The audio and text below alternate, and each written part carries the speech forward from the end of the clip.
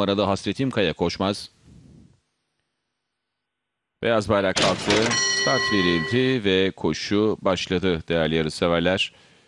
Koşunun başlamayanı yarışa Çırabey oldu. Evet, Çırabey şu anda rakipleri 150 metre kadar mesafe kat ettiler ancak kulvarından çıkmadı.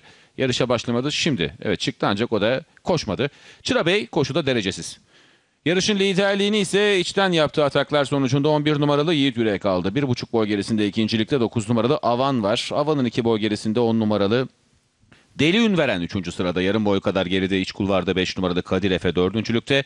Kadir Efe'nin 2,5 boy kadar gerisinde 6 numaralı Koç Ali var. Koç Ali'nin 1 boy gerisinde 8 numaralı Coşkun Kız, hemen dışında 3 numaralı Canakır. Canakır'ın dışında 2 numaralı Kalabalı. 2,5 boy geride 7 numaralı Bakırcı Bey sırasıyla safkanlar 1200 metre start yerine ulaşmak üzere.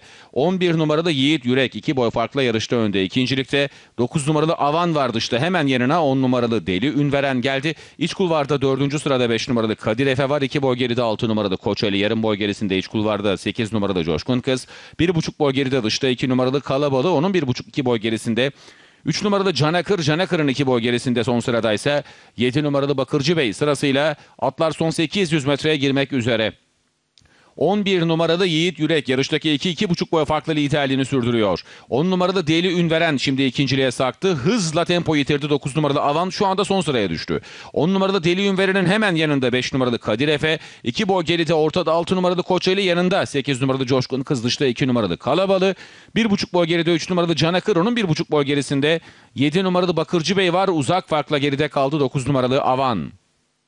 Düzlüğe çıkıldıktan sonra 10 numaralı Deli Ünveren yarışın liderliğini dıştan yüklenip aldı. 1,5 boy gerisinde ikinciliğe 6 numaralı Koç Ali sarktı. Koç Ali'nin 2 boy kadar gerisinde 5 numaralı Kadir Efe yaptığı ataklarla Deli Ünveren'in ve dışındaki Koç Ali'nin temposunu yakalama çabasında Deli Ünveren dışındaki Koç Ali'ye rağmen oldukça kolay tempoda yarışı sürdürüyor. Lider olarak sürdürüyor Emre. Son 200 metreye de 1 boy farklı önde girdi ancak dışarıdaki Koç Ali şimdi etkili ataklarına başlıyor. Son 100 metreye girdirken dışarıdan gelen Koç Ali İçerideki Deli Ünveren'e üstünlüğünü hissettirdi. Yarım boy olan farkı son 50'de 2 boya çıkarttı. 6 numaralı Koç Ali kazandı.